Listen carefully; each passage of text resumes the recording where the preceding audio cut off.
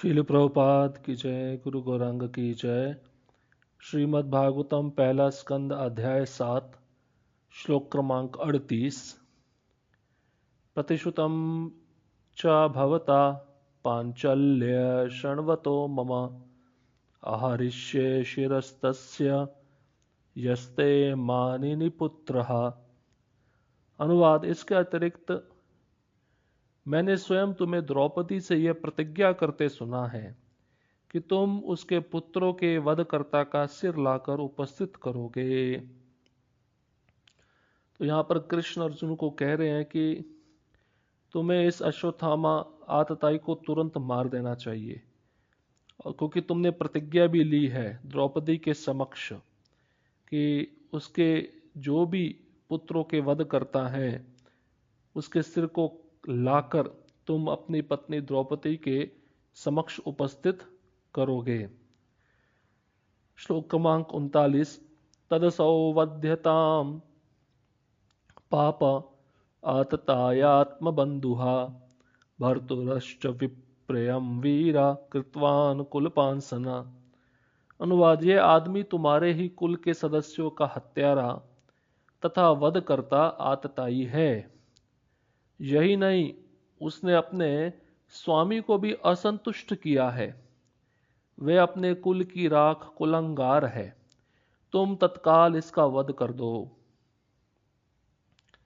तो यहां पर फिर से भगवान श्री कृष्ण अर्जुन को कहते हैं कि ये जो अश्वत्थामा है इसी ने तुम्हारे कुल के सदस्यों को मारा है, ये आतताई है, और इसने अपने स्वामी दुर्योधन को भी असंतुष्ट किया है, और ये अपने कुल को नष्ट करने वाला प्राणी है, कुल की राख है, कुल पांसना है, कुलंगार है।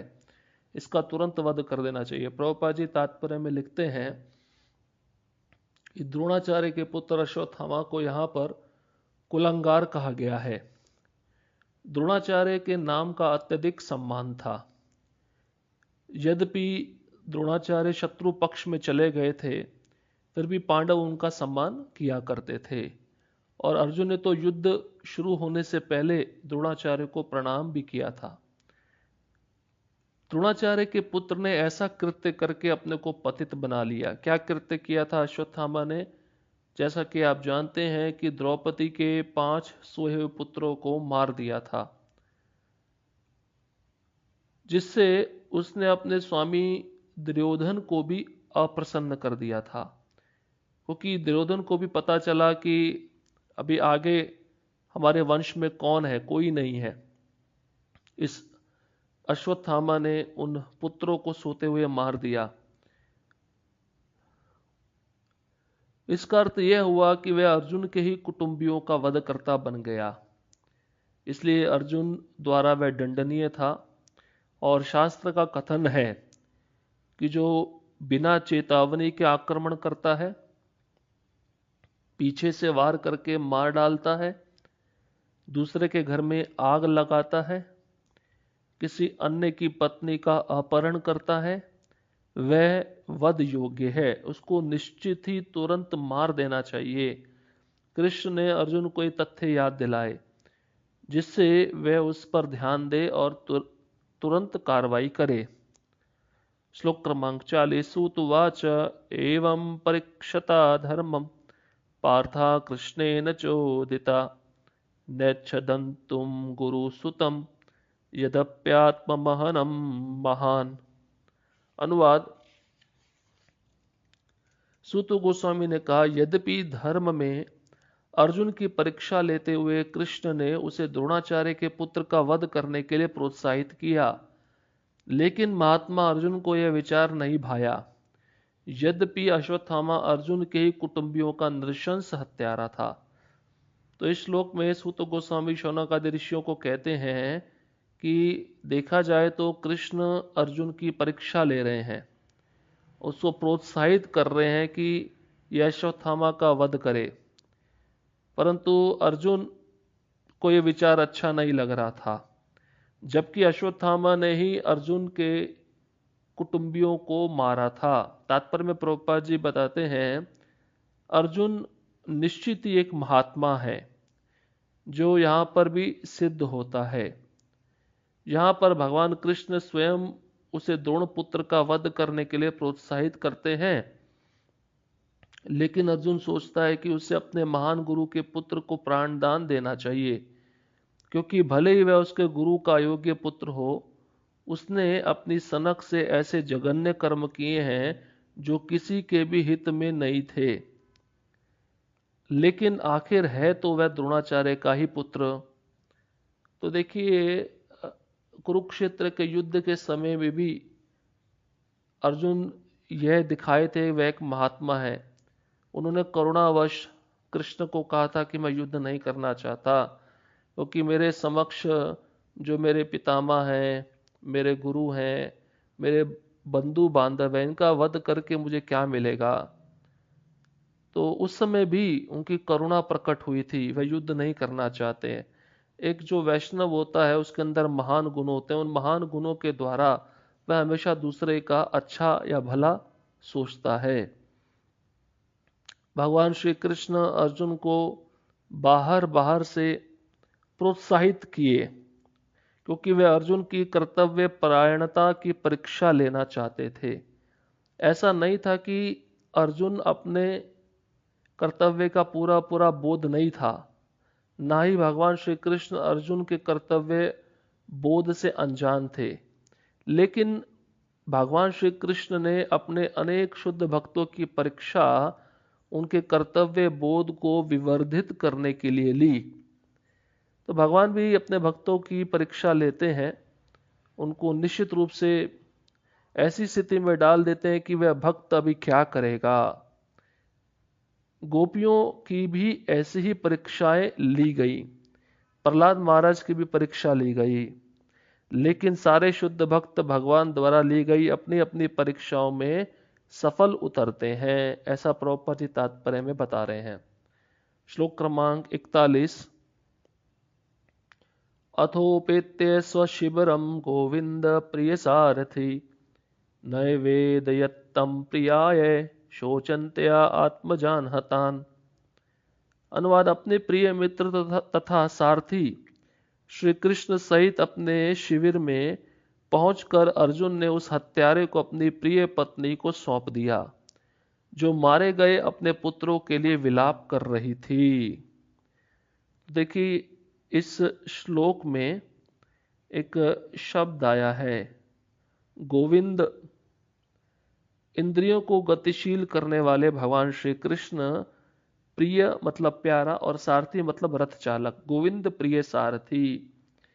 गोविंद मतलब जो इंद्रियों की गतिशील करने वाले हैं, इंद्रियों को मार्ग निर्देशन देने वाले हैं, उनका एक नाम है गोविंद कृष्ण का।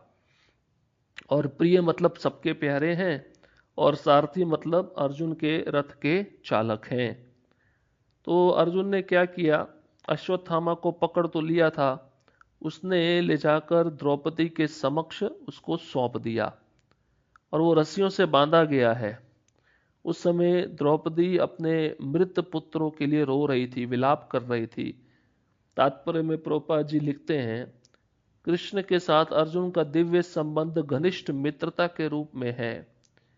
भगवत गीता में भगवान ने स्वयं अर्जुन को अपना प्रियतम सखा कहा है। इस तरह प्रत्येक जीव किसी न किसी प्रिय संबंध द्वारा भगवान से जुड़ा है, चाहे वह दास का हो या मित्र का, या माता पिता का हो या माधुर्य प्रेम का। भक्ति योग की विधि द्वारा प्रत्येक व्यक्ति को आध्यात्मिक जगत में भगवान का सानिध्य प्राप्त हो सकता है, अगर वह ऐसी इच्छा रखता है और उसके लिए निष्ठापूर्वक प्रयत्न करता है। तो इस संसार में किसी भी जीव को देख लीजिए, उसका संबंध कृष्ण के साथ है, क्योंकि भगवत गीता में भगवान स्वयं बोले, ममे वांशो जीव लोके जीव भूत सनातना। ये जो जीव है मेरा सनातन अंश है। और भगवान ये भी कहे, अहम बीज प्रदा पिता, मैं बीज प्रदाता पिता हूं। तो इसे समझ लेना चाहिए कि जीवों का एक शाश्वत संबंध है कृष्ण के साथ। तो वह संबंध किसी भी रस में हो सकता है, जैसे यहाँ पे तात्पर्य में प्रभुपाद जी बता रहे हैं कि कोई दास के रूप में कृष्ण की सेवा करता है, कोई सख्य रूप में रहता है, कोई माधुर्य रूप में रहता है, कोई माता पिता या वात्सल्य के रूप में रहता है। तो कुछ भी हो, और अगर उस व्यक्ति को ऐसा रस प्राप्त करना है, भगवान का सानिध्य आध्यात्मिक जगत में प्राप्त करना है, तो उसके लिए उसको निष्ठापूर्वक प्रयत्न करना पड़ेगा भक्ति योग के माध्यम से। श्लोक क्रमांक 42। तथा हतम पशुवत पाशबद्ध मवाड मुखम कर्म जुगुप्सितेन निरीक्ष्य कृष्णापकृतं गुरोः सुतं वामस्वभावा कृपया नमाम च। अनुवाद। श्री सूत गोस्वामी ने कहा, तब द्रौपदी ने अश्वत्थामा को देखा जो पशु की भांति रस्सियों से बंधा था और अत्यंत घृणित हत्या का कृत्य करने के कारण चुप था। अपने स्त्री स्वभाववश तथा स्वभाव से उत्तम एवं भद्र होने के कारण उसने ब्राह्मण रूप में उसके प्रति सम्मान व्यक्त किया। देखिए, यहां पर द्रौपदी के गुणों का वर्णन किया जा रहा है। यहाँ पे एक शब्द आया वाम स्वभावा। वाम मतलब सुंदर, स्वभाव मतलब स्वभाव वाली। देखिए, द्रौपदी कैसे उसके पुत्रों की हत्या कर दी है, और जब अर्जुन अश्वत्थामा को रस्सियों से पकड़कर द्रौपदी के समक्ष लाया, तो द्रौपदी ने उसको रस्सियों से बंधा हुआ देखा और उसने अपना मुंह नीचे किया हुआ था। किसने? अश्वत्थामा ने। तो अपने स्त्री के स्वभाववश के कारण उसके अंदर बहुत उत्तम गुण थे, भगवान की भक्त थी, वैष्णवी थी। उसने अश्वत्थामा के प्रति सम्मान व्यक्त किया। देखिए, इस संसार में ऐसा कौन है, ऐसी कौन सी स्त्री है जिसके बच्चों की कोई हत्या कर दे, उस हत्यारे के सामने वह स्त्री उसको प्रणाम करे, उसको सम्मान दे। यहाँ पर यह वर्णन किया जा रहा है। तात्पर्य में प्रभुपाद जी लिखते हैं, अश्वत्थामा की भर्त्सना स्वयं भगवान कर चुके थे और अर्जुन ने उसके साथ ब्राह्मण या गुरु पुत्र के समान नहीं अपितु अपराधी जैसा बर्ताव किया था। लेकिन जब उसे श्रीमती द्रौपदी के समक्ष लाया गया तो अपने पुत्रों की हत्या से यद्यपि वह संतप्त थी और हत्यारा उसके समक्ष था, किंतु वह ब्राह्मण या ब्राह्मण के पुत्र को सामान्य रूप से दिए जाने वाले सम्मान से उसे वंचित नहीं कर सकी। यह द्रौपदी के मृदुल नारी स्वभाव के कारण था। स्त्री जाति बालकों के समान होती है, अतः उसमें पुरुष की तरह भेदाभेद शक्ति नहीं होती। अश्वत्थामा ने अपने आप को द्रोणाचार्य या ब्राह्मण के पुत्र रूप में अयोग्य सिद्ध कर दिया था और इस कारण से भगवान कृष्ण जैसे सर्वश्रेष्ठ प्रामाणिक प्राधिकारी ने उसकी भर्त्सना की थी।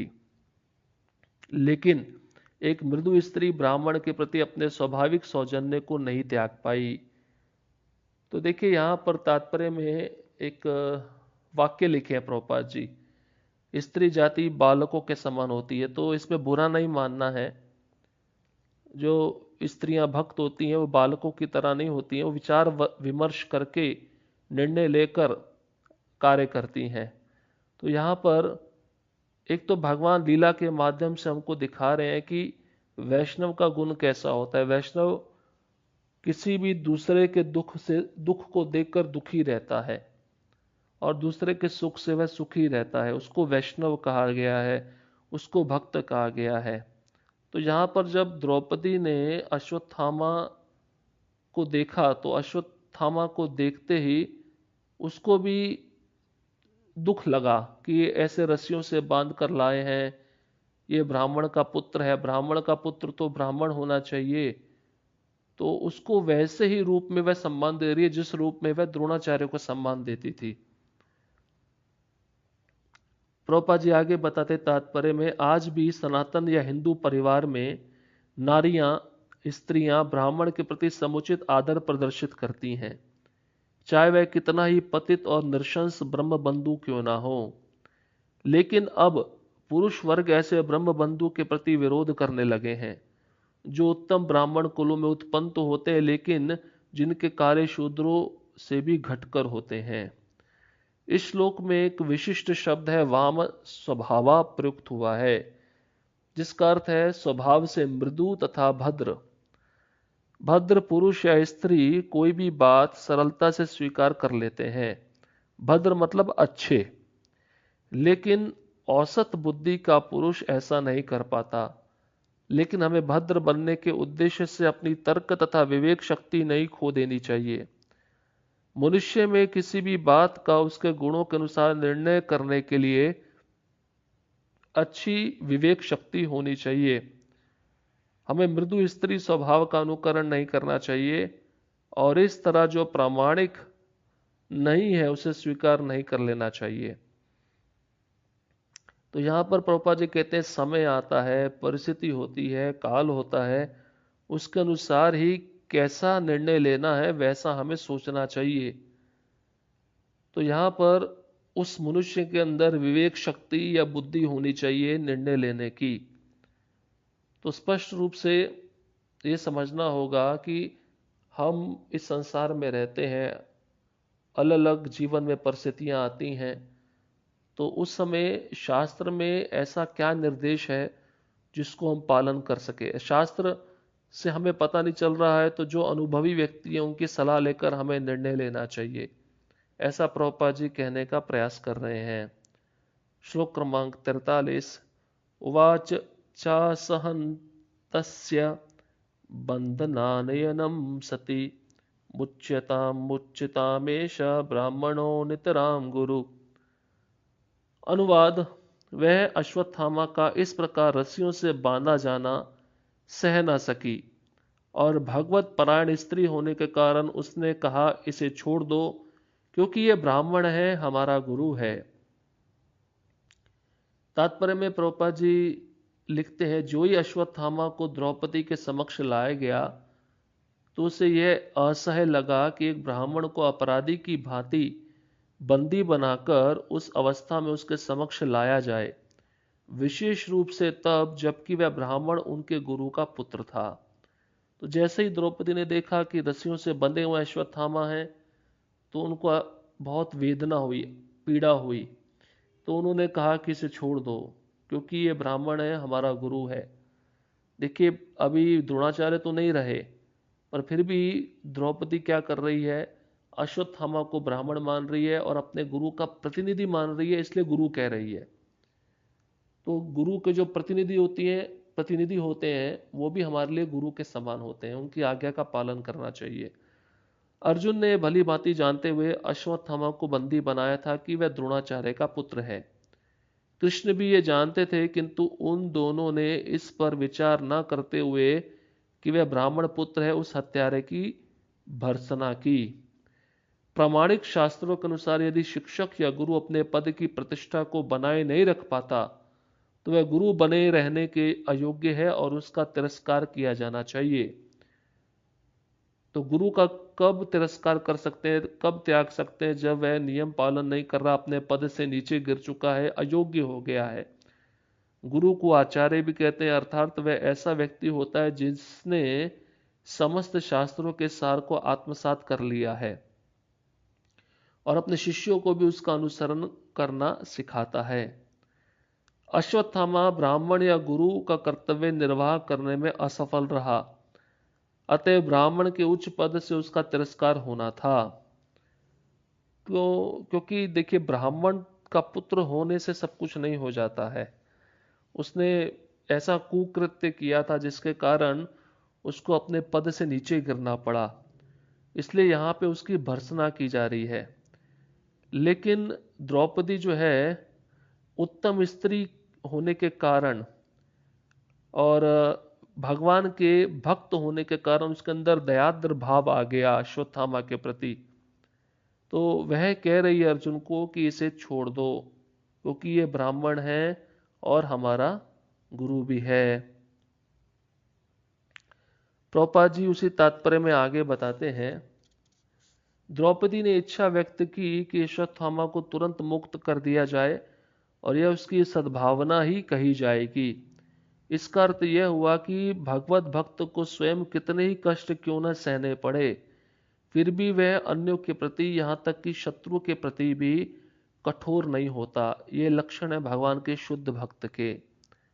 तो देखिए, अपने ऊपर कितना कष्ट भी क्यों ना आ जाए, मानसिक पीड़ा क्यों ना आ जाए, फिर भी वह दूसरे का कभी गलत नहीं सोचता। ये भगवान के शुद्ध भक्तों का लक्षण होता है, जो यहाँ पर द्रौपदी अपने आचरण से हमको सिखा रही है। और हम भक्ति करते हैं, अगर हमारे अंदर ये गुण नहीं आ रहे, दूसरे के दुख को देखकर हमें दुख नहीं लगता, तो इसका अर्थ है कि हमारी भक्ति में बिल्कुल भी प्रगति नहीं हो रही है। वो देवी गुण, वो दिव्य गुण हमारे अंदर आने चाहिए। हमारे अंदर करुणा आनी चाहिए, दया आनी चाहिए दूसरों के प्रति। जब ये गुण आते हैं तभी प्रतीत होता है, ऐसा लगता है कि हम भक्ति में थोड़ा थोड़ा आगे बढ़ रहे हैं। तो इन गुणों का हमें अर्जित करने का प्रयास करना चाहिए। और बहुत कब प्रयास कर सकते हैं, जब हम शुद्ध भक्ति के मार्ग पे चलेंगे। हरे कृष्णा कृष्ण कृष्ण हरे हरे, हरे राम राम राम हरे हरे। शिल प्रभुपाद की जय, गुरु गौरांग की जय।